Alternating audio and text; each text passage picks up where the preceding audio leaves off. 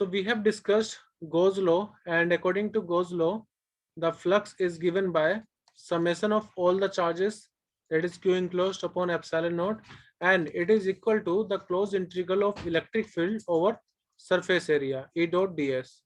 Okay, इसी का use करके, इसी को अप्लाई करके आज हम इलेक्ट्रिक फील्ड फाइंड करेंगे। किसके लिए? एक uniformly charged thin spherical cell. ये यहाँ पर एस ना होकर के यहाँ पर थिन है, ठीक है, थिन स्फेरिकल सेल। आप हेडिंग लिख लीजिए। इसका हमने गॉस लॉ को इस्तेमाल करना है, और गॉस लॉ की हेल्प से एक स्फेरिकल सेल पर, मान लीजिए इस पर आपने कोई भी चार्ज दे दिया है। स्फेरिकल सेल का मतलब ये है एक होलो बॉल है, मान लीजिए मेटेलिक होलो बॉल है, ठीक है। तो उस मेटेलिक होलो बॉल पर हमने पॉजिटिव चार्ज को स्प्रेड कर दिया है, फैला दिया है।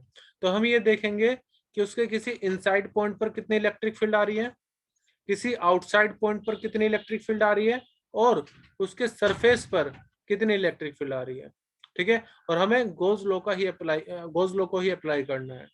तो आई होप कि आप टॉपिक समझ गए होगी कि हमने करना क्या है।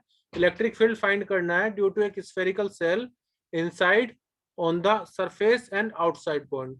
तो स्टार्ट करते हैं डेरिवेशन को। ये चीज आप सबको क्लियर होगा गॉस लॉ क्या होता है। गॉस लॉ इक्वल टू, मतलब फ्लक्स जो है वो 1/ε0 टाइम्स होता है टोटल चार्ज के, और वही बराबर होता है E डॉट ds के। यहाँ पर दोनों का डॉट प्रोडक्ट रहता है।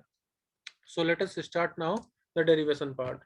सो फर्स्ट ऑफ ऑल, एक स्फेरिकल सेल हमने माना जिस पर पॉजिटिव चार्ज हमने स्प्रेड किया हुआ है, और किसी एक पॉइंट पर जो कि आउटसाइड पॉइंट है उस पर हमें इलेक्ट्रिक फील्ड फाइंड करनी है, ठीक है। तो हमने एक सेंट्रल पॉइंट लिया, और सेंट्रल पॉइंट से जो स्फेयर का सरफेस है उसका लगभग जो उसका जो रेडियस है हमने मान लिया वो आर है, कैपिटल आर, ठीक है। और क्यू चार्ज हमने इसको डिस्ट्रीब्यूट किया हुआ है। तो लेट किसी पी पॉइंट पर हमें इलेक्ट्रिक फील्ड निकालनी है, और पी पॉइंट उस स्फेरिकल सेल से बाहर है, ठीक है, स्फेरिकल सेल से बाहर है पी पॉइंट। तो आपको मैंने बताया था जी कि जिस पॉइंट पर आपको इलेक्ट्रिक फील्ड निकालनी है वहां से एक गॉसियन सरफेस गुजरना चाहिए। और इस केस में जो गॉसियन सरफेस होगा वो कैसा होगा? वो होगा थ्री डायमेंशनल और एक स्फेरिकल, ठीक है। तो हमने यहाँ पर एक स्फेयर बना दिया, हालांकि वो 2 डायमेंशनल प्लेन पर सर्कल दिख रहा होगा, but it is a sphere जो कि पी पॉइंट से गुजर रहा है, ठीक है। इसी पी पॉइंट पर हमें इस स्फेरिकल सेल की वजह से इलेक्ट्रिक फील्ड डिराइव करनी है। तो यूज करते हैं गॉस लॉ का, ठीक है। ये गॉसियन सरफेस रिप्रेजेंट कर रहा है। हमने माना कि जो पी पॉइंट है वो सेंटर से स्मॉल आर डिस्टेंस पर है, ठीक है, पी पॉइंट। और तो एरिया जो वेक्टर होगा, एरिया वेक्टर वो बाहर की तरफ होगा, और क्योंकि पॉजिटिव चार्ज है किसी पी पॉइंट पर तो इलेक्ट्रिक फील्ड भी बाहर की तरफ होगी। तो दोनों के बीच में एंगल कितना हो गया? 0 डिग्री। तो हम लिखेंगे जो फ्लक्स है वो बराबर होगा E dot ds equal to Q by epsilon naught, और जो उन दोनों के बीच में एंगल है वो 0 डिग्री है। तो E dot ds cos theta, हम डॉट हटा करके कोस थीटा लिखेंगे, और थीटा कितना हो जाएगा? 0 degree. So it will be equal to E ds only. Cos 0 degree की वैल्यू हमें पता है, Q बाय एप्सिलॉन नॉट आएगी। लेकिन देखो आप इलेक्ट्रिक फील्ड को बाहर निकाल लो, क्योंकि इलेक्ट्रिक फील्ड एरिया पे डिपेंड नहीं करती, इलेक्ट्रिक फील्ड डिपेंड करती है चार्ज कितना है। तो इलेक्ट्रिक फील्ड को हमने बाहर निकाला, ठीक है। जब आप इलेक्ट्रिक फील्ड को बाहर निकालोगे तो इंटीग्रल ऑफ ds बच गया equal to Q by epsilon naught. अब देखो जो सरफेस है ds, वो टोटल सरफेस कितना आ जाएगा इंटीग्रेशन करके? कोई भी बता दो मुझे, ds का इंटीग्रेशन कितना आएगा? टोटल 4/3 इंटीग्रेशन 4 पाई 4/3 πr³ वॉल्यूम नहीं बेटा, सरफेस एरिया है ds। हाँ, तो 4πr²। 4 पाई आर स्क्वायर, ठीक है। तो हम लिख लेंगे 4 पाई स्मॉल आर स्क्वायर, वो भी क्योंकि हमने वहां तक का डिस्टेंस लिया है स्मॉल आर, वो वाला सरफेस एरिया हम देख रहे हैं गॉसियन सरफेस का। तो E into 4 pi r square आ गया, और वो बराबर होगा Q बाय एप्सिलॉन नॉट के। हमें तो इलेक्ट्रिक फील्ड निकालनी है, तो वो कितनी हो जाएगी? E equal to 1/4 pi epsilon naught Q upon R का स्क्वायर, जिसको शॉर्ट में हम KQ अपॉन आर स्क्वायर भी जानते हैं। ऐसा फॉर्मूला कभी हमने पढ़ा है क्या पहले? किसी और का इलेक्ट्रिक फील्ड का फॉर्मूला होता है क्या ये जो हम यहाँ पर फाइंड किया है? ऐसा फॉर्मूला कभी हमने पहले? Electric wire field. का हाँ किसका? नहीं, इलेक्ट्रिक फील्ड का। हाँ, हाँ किसकी इलेक्ट्रिक फील्ड का? ये भी तो बोलो, बहुत सारे इलेक्ट्रिक फील्ड पढ़े हैं हमने। due to a point charge. Due to a point charge, yes of course. तो आप ये कह सकते हो कि जो स्फेरिकल सेल है, अगर डिस्टेंस काफी ज्यादा दूरी पर है, तो जो स्फेरिकल सेल है उसकी इलेक्ट्रिक फील्ड सेम है जैसे कि वो एक पॉइंट चार्ज की तरह बिहेव कर रहा हो, ठीक है। किसी भी r डिस्टेंस पर आउटसाइड जो स्फेरिकल सेल है वो एक पॉइंट चार्ज की तरह बिहेव करेगी, यानी कि जो पॉइंट चार्ज का इलेक्ट्रिक फील्ड का फॉर्मूला होता है किसी r सेपरेशन पर, वही इलेक्ट्रिक फील्ड का फॉर्मूला स्फेरिकल सेल के लिए भी रहेगा। आई होप ये आपको डेरिवेशन क्लियर हो गया होगा, ठीक है। अगर आपको सिग्मा के टर्म में यानी कि चार्ज डेंसिटी के टर्म में ये फॉर्मूला निकालना है तो हमें पता है चार्ज इक्वल टू कितना होता है, सिग्मा इंटू एरिया, यानी कि सिग्मा इंटू 4πr²। और जब मैं सिग्मा इंटू 4πr² लिख रहा हूँ तो चार्ज हमने स्फेरिकल सेल पर फैलाया हुआ है तो उसी का एरिया हम लेंगे 4πr²। तो इलेक्ट्रिक फील्ड हमारी सिग्मा के टर्म में कितनी आ जाएगी, sigma r² upon epsilon not r²। But generally हम ये वाला फॉर्मूला यूज करते हैं, अगर सिग्मा के टर्म में लिखना हो तब ये वाला फॉर्मूला हो जाएगा, ठीक है। तो हम ये कह सकते हैं कि किसी भी आउटसाइड पॉइंट पर जो इलेक्ट्रिक फील्ड होगी वो इनवर्सली डिपेंड करेगी सेपरेशन के स्क्वायर पर।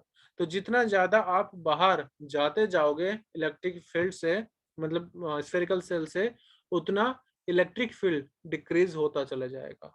ये पॉइंट भी समझ लेते हैं। Electric field due to a uniformly charge thin spherical shell at a point outside the shell is such as if the whole charge were concentrated at the center of cell। मैंने आपको बताया कि जो पूरी स्फेरिकल सेल है वो इस तरह से बिहेव कर रही है कि एक पॉइंट चार्ज वहां पर सेंटर पे रखा हुआ है, उतनी इलेक्ट्रिक फील्ड उसकी भी होती है। ओके, तो जो भी स्फेरिकल सेल है it is behaving like a point charge. जो पॉइंट चार्ज की इलेक्ट्रिक फील्ड होती है k/r², उतनी ही इलेक्ट्रिक फील्ड इसके भी है। तो बता दीजिए एक बार, एक क्लियर है क्या डेरिवेशन? कोई डाउट है तो पूछ सकते हैं आप सब। अभी हमने आउटसाइड पॉइंट के लिए निकाली है, क्लियर है? Muskan, Harshita, Yes, sir. Others, Swani? Clear है sir. Okay okay, Yes, sir. So फिर लिख रहे हैं तो वो ओके आप लिख लीजिए, ठीक है। तब तक मैं उसको, आप लिख लीजिए, मुझे इंटीमेट कर देना कब आप लिखोगे। सो अगर ये वाला फॉर्मूला देखा जाए सिग्मा कैसा है तो आपको मैं वो बता देता हूँ पहले। सिग्मा के टर्म में ये फॉर्मूला कैसे ड्राइव कर सकते हैं या कैसे लिख सकते हैं। तो देखिए हमारे पास जो फॉर्मूला है अभी के लिए वो है E equal to sigma upon में 4πε0r²। अब हमने चार्ज डेंसिटी पहले पढ़ा था, जब चार्ज 2 डायमेंशनल स्फेरिकल बॉडी पे डिस्ट्रीब्यूटेड हो। देखो जो सरफेस एरिया होता है वो तो 2 डायमेंशन में ही होगा, भले स्फेयर हमारा 3 डायमेंशनल बॉडी है बट सरफेस एरिया तो 2 डायमेंशन ही होता है। तो हम यहाँ पर यूज करेंगे सिग्मा क्योंकि हमने सरफेस पर चार्ज डिस्ट्रीब्यूट किया है, वो बराबर होगा चार्ज अपॉन एरिया। अब किस स्फेयर पर हमने डिस्ट्रीब्यूट किया है, इस वाले स्फेयर पर जिसका रेडियस कितना है, कैपिटल आर। तो सिग्मा हो जाएगा हमारा चार्ज अपॉन एरिया, मतलब के 4π कैपिटल आर का स्क्वायर। तो आप ये यहाँ पर चार्ज है, ठीक है। अब आपको क्या करना है, जो चार्ज है ना यहाँ पर Q, उसको यहाँ से रिप्लेस कर लो। तो आप लिख सकते हो यहाँ पर चार्ज इक्वल टू कितना हो जाएगा, सिग्मा इंटू 4πr², ठीक है। बस आप इस चार्ज को यहाँ पर रिप्लेस करके लिख लो। तो ये कितना आ जाएगा बेटा, सिग्मा इंटू 4πr² तो ऊपर आ गया, ठीक है। और नीचे देखो 4π ऑलरेडी था तो 4π से 4π कैंसिल आउट हो जाएगा, तो बचेगा कितना, एप्सिलॉन नॉट r²। अगर क्लियर है तो बता दीजिए एक बार मुझे, आर्यन। यस सर क्लियर है। Okay okay, we have find out the electric field at any external point which is at a distance of capital R। किसी r डिस्टेंस पर हमने इलेक्ट्रिक फील्ड फाइंड कर ली है, तो अब इनसाइड पर फाइंड कर लेते हैं। अच्छा एक चीज हो रहा है, पहले मैं आपको यहीं से क्लियर करवा देता हूँ बाकी के डेरिवेशन। मान लीजिए जो पॉइंट P है अगर वो इस पॉइंट पर आ जाए, मतलब कि यहाँ पर आ जाए P, तो ऐसे केस में मैं कह सकता हूँ कि स्मॉल r की वैल्यू कैपिटल R के बराबर हो जाएगी अगर P पॉइंट आपका सरफेस पर लाई कर जाए तो। Can I say so? Yes sir. Yes sir. तो Yes, आपको sir. अगर फॉर्मूला चाहिए सरफेस के लिए तो मैं डायरेक्टली भी लिख सकता हूँ कि स्मॉल r की वैल्यू कैपिटल R अगर है या हो जाए तो उस केस में हमारा फॉर्मूला हो जाएगा Q अपॉन में 4πε0 इंटू में कैपिटल R का स्क्वायर। तो यहाँ पर हमें फॉर्मूला मिल गया किसके लिए, electric field on the surface, और वो कितना हो जाएगा Q अपॉन 4πε0 R का स्क्वायर। हालांकि मैं उसको वैसे भी फाइंड करवाऊंगा अभी गॉस लॉ का इस्तेमाल करके। और सर यस सर अगर सिग्मा के फॉर्म में करें तो सिग्मा अपॉन एप्सिलॉन नॉट हो जाएगा। हाँ हाँ बिल्कुल सही, बिल्कुल सही, सिग्मा अपॉन एप्सिलॉन नॉट हो जाएगा। बिल्कुल सही, equal to sigma upon epsilon naught रहेगा खाली वो, जब आपके पास स्फेरिकल बॉडी है सिग्मा के टर्म में। ठीक है, तो क्लियर है ये। अब हम इसको ड्राइव भी करके देखेंगे। एक और शॉर्ट पॉइंट मैं आपको पहले बता देता हूँ जिसको हम आगे ड्राइव करके देखेंगे। मान लो अगर आपका पॉइंट कोई इनसाइड लाई कर रहा है, मैं मान के चलता हूँ कि लेट आपका मैं इसको कोई पॉइंट मान लेता हूँ लेके एन, ठीक है, जो कि स्मॉल आर डैश पर है। तो यहाँ पर अगर मुझे किसी इनसाइड पॉइंट पर इलेक्ट्रिक फील्ड निकालनी हो, इनसाइड पॉइंट पर मैंने दूरी क्या मानी है, स्मॉल आर डैश, ठीक है। तो अब के जो सरफेस मुझे बनाना पड़ेगा गॉसियन सरफेस, वो आपका इस वाले पॉइंट से गुजरना चाहिए, इस तरह से। जहां से भी आपको, जिस पॉइंट पर भी आपको इलेक्ट्रिक फील्ड निकालनी है, आप वहां से गॉसियन सरफेस बना लो, ठीक है। तो आप एक चीज देखो, जब मैं गॉस लॉ अप्लाई करूंगा, E dot D S Q by epsilon not, तो इस गॉसियन सरफेस के अंदर कोई चार्ज लाई करेगा क्या? गॉसियन सरफेस के नहीं अंदर सर। Charge sir. सारा कहाँ पर है? No, बाहर, sir. बाहर स्फेरिकल बॉडी पर है, कोई अब चार्ज नहीं होगा। तो अगर कोई चार्ज नहीं है तो मैं कह सकता हूँ कि ई डॉट डी एस हमारा जीरो होगा, एरिया तो जीरो नहीं हो सकता, तो इलेक्ट्रिक फील्ड कितनी हो जाएगी? जीरो। यानी कि किसी भी इनसाइड पॉइंट पर जो हमारी इलेक्ट्रिक फील्ड आएगी वो कितनी हो जाएगी? जीरो। क्लियर है सबको? Zero. ठीक है, अब Yes, इसको sir. अभी हम इसको जनरली ड्राइव भी करके देखेंगे, तो लेट अस डू दैट। तो अगर पॉइंट आपका सरफेस पर लाई कर रहा हो, तो फिर से आपको अब जो सरफेस पर लाई करेगा, तो गॉसियन सरफेस आपका सरफेस का ही हो जाएगा। तो फॉर्मूला डायरेक्टली हम लिख सकते हैं, it will be equal to Q upon 4 pi epsilon naught R का स्क्वायर, और सिग्मा के टर्म में हो जाएगी, जैसे सुमन ने बताया था, सिग्मा अपॉन एप्सिलॉन नॉट। ठीक है, तो इसका वैसे ही करना है, बस डिफरेंस क्या आ जाएगा कि अब जो सरफेस एरिया हो जाएगा बेटा, वो 4 पाई कैपिटल आर स्क्वायर हो जाएगा। अब हमारा गॉसियन सरफेस यहीं से जा रहा है, सरफेस से ही। ठीक है, तो सेम आप लिख लीजिए फॉर्मूला, स्मॉल आर का स्क्वायर हो जाएगा।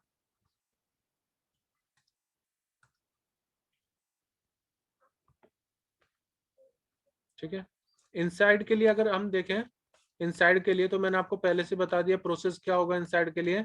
इलेक्ट्रिक फील्ड कितना आ जाएगा? जीरो, क्योंकि कोई भी चार्ज नहीं है, कोई भी चार्ज नहीं है।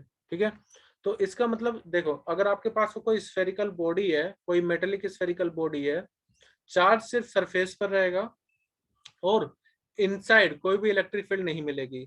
तो एक ऐसा रीजन जहां पर कोई भी इलेक्ट्रिक फील्ड नहीं मिल रही है, हम उसको बोलेंगे इलेक्ट्रोस्टैटिक शील्डिंग। यानी कि एक स्फेरिकल बॉडी अंदर से एक इलेक्ट्रोस्टैटिक शील्डिंग बॉडी की तरह बिहेव करेगी। क्लियर है सबको? तो आप लिख लीजिए, इनसाइड के लिए हमने देखा जीरो, ठीक है। सरफेस के लिए हमने देखा Q upon 4 pi capital R का स्क्वायर, जो कि कैपिटल आर क्या था? Radius of spherical body. और बाहर किसी पॉइंट के लिए हमने देखा Q upon 4 pi epsilon naught R का स्क्वायर। कोई मुझे बताएगा मैक्सिमम कहां पर इलेक्ट्रिक फील्ड मिलेगी? Maximum on surface. बिल्कुल सही।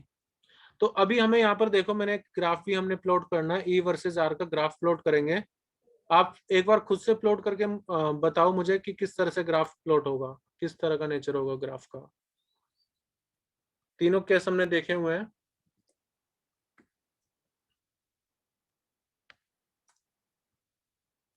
Sir inversely. विवेक आप बिल्कुल सही हो, यस बेटा इनवर्सली होगा बाहर पर, लेकिन ओनली। विवेक आप ठीक कह रहे हो, एक कंडक्टर इलेक्ट्रोस्टैटिक शील्डिंग की तरह इसलिए बिहेव करता है क्योंकि अंदर कोई चार्ज भी नहीं रहेगा और इलेक्ट्रिक फील्ड भी जीरो होगी। अगर आपने आज वाला क्वेश्चन जो मैंने ग्रुप में भेजा था आपने देखा होगा, तो उसमें भी यही कंसेप्ट मैंने यूज करा था। एक बार उसको ना देखा तो आप फिर से देखना जब भी आपको टाइम मिले। जो आज क्वेश्चन मैंने व्हाट्सएप ग्रुप पे भेजा था उसमें यही था, यही कंसेप्ट हमने वहां पर यूज करा था। तो इलेक्ट्रोस्टैटिक शील्डिंग होगा। तो ग्राफ देख लेते हैं किस तरह का होगा। ठीक है, तो ग्राफ में देखो, अगर आप बाहर देख रहे हो किसी भी एक्सटर्नल पॉइंट पर, मैक्सिमम कहाँ होगा हमने देखा? सरफेस पर। तो एक्सटर्नल पॉइंट पर, यानी कि अगर आपका डिस्टेंस की वैल्यू कैपिटल आर से ज्यादा है तो मतलब आप बाहर हो, तो बाहर होगा तो इनवर्सली डिपेंड करेगा, और सरफेस पर रहेगा बेटा maximum. So this was the complete derivation of electric field due to a spherical shell. बाहर, सर एक बार सेकंड केस की पीपीटी दिखा दो। यस बेटा, बाहर इनवर्सली डिपेंड करेगा, इनसाइड वो इनसाइड जीरो था, और on the surface equal to maximum के क्यू अपॉन कैपिटल आर का स्क्वायर। तो ये पीपीटी आपको देखनी थी बेटा। Thank you sir. Okay, so I hope आप सबको ये समझ में आया होगा। कोई भी आपको कंफ्यूजन है, डाउट है, आप मुझे बता दीजिए। Question number 1.21 from NCERT, back exercise का क्वेश्चन नहीं है। समझते हैं कि एक कंडक्टिंग स्फीयर है जिसका रेडियस है 10 सेंटीमीटर। चार्ज नहीं पता लेकिन कितना है। If the electric field at a distance of 20 centimeter from the center of sphere is 1.5 into 10 की power 3 and it is pointing radially inward, तो आपको बताना कि चार्ज कितना होगा और ये भी बता देना चार्ज पॉजिटिव होगा या नेगेटिव होगा। क्वेश्चन क्लियर है? कंडक्टिंग स्फीयर है, रेडियस है 10 सेंटीमीटर, इलेक्ट्रिक फील्ड है 20 सेंटीमीटर, किसी एक डिस्टेंस पर 20 सेंटीमीटर, इलेक्ट्रिक फील्ड है 1.5 इंटू 10 की पावर 3 जो कि रेडियली इनवर्ड है। तो आपको बताना है नेट चार्ज कितना होगा। आप एक और कोशिश करिए, मैं जब तक फिगर यहाँ पर बना देता हूँ। ये स्फेरिकल सेल हो गई, चार्ज कितना है we don't know,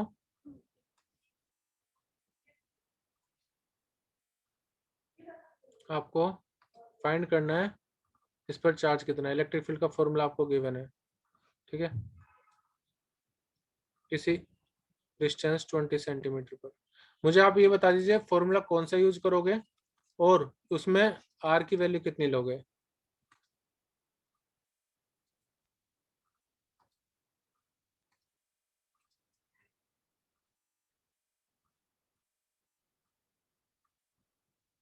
Since the electric field is given at any point outside which is a distance of 20 centimetre, तो आप स्फीयर बना लीजिए, सेंटर पॉइंट हो, मान लीजिए आपको पी पॉइंट पर इलेक्ट्रिक फील्ड निकालनी है। यहाँ पर इलेक्ट्रिक फील्ड है 1.5 इंटू 10 की पावर 3 न्यूटन पर कूलम। मेरे सोल्व करने से पहले आप मुझे वैल्यू बता देना कितनी आ जाएगी। इलेक्ट्रिक फील्ड क्योंकि आउटसाइड पॉइंट पर है 20 सेंटीमीटर, जाहिर सी बात है 10 से बाहर ही होगा, ठीक है, 20 सेंटीमीटर डिस्टेंस से बाहर होगा, तो के क्यू अपॉन आर स्क्वायर। के की वैल्यू हम सब जानते हैं कितनी, 9 इंटू 10 की पावर 9। चार्ज की वैल्यू नहीं पता, रहने दीजिए ऐसे ही। डिस्टेंस 20 सेंटीमीटर है ना, तो 20 इंटू 10 की पावर -2 तो जरूर कर ही लेना, उसका स्क्वायर कर देंगे। और ये हमारी इलेक्ट्रिक फील्ड है, इलेक्ट्रिक फील्ड की वैल्यू हमारी 1.5 इंटू 10 की power 3, it will be equal to 9 into 10 की पावर 9 मल्टीप्लाई में क्यू 6.6 into 10 to power -5 negative charge होगा। ओके, मैं अभी देखता हूँ चार्ज सही नेगेटिव ही आएगा। और 2 2 जा 4 इंटू 10 की पावर -2 हो जाएगा यहाँ पर स्क्वायर करने के बाद। एक पावर यहाँ से 10 की पावर -1 बचेगी, तो -1 का स्क्वायर 4 इंटू 10 की power -2। So it will be equal to 1.5 into 10 की पावर 3 मल्टीप्लाइंग में 4 इंटू 10 की पावर -2 डिवाइड में 9 इंटू 10 की power 9 is equal to this will be the value of charge Q. ठीक है, इसको आपको सोल्व करना है। मेरे पास आंसर आ गया रिया कटारिया का और विवेक डागर का, आदर्श का। ठीक है, एक बार मेरा आंसर में पावर बता भी पूरा देता हूँ। मैनेज करना है वापस से। क्या बेटा?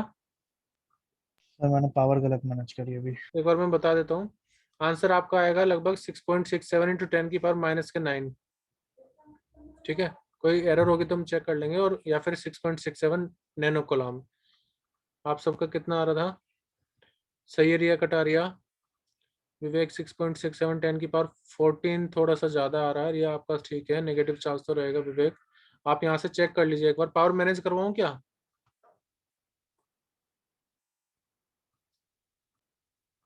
इलेक्ट्रिक फील्ड कितना था? 1.5 इंटू 10 की पावर 3।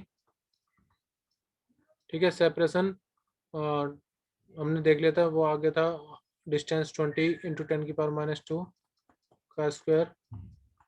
ठीक है, और यहाँ पर आ जाएगा 9 इंटू 10 की पावर 9। ये सब वैल्यू आपको पुट करनी थी। Should I tell or you will be able to do?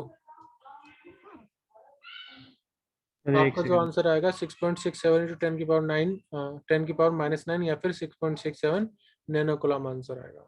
सो ये था क्वेश्चन नंबर 1.21।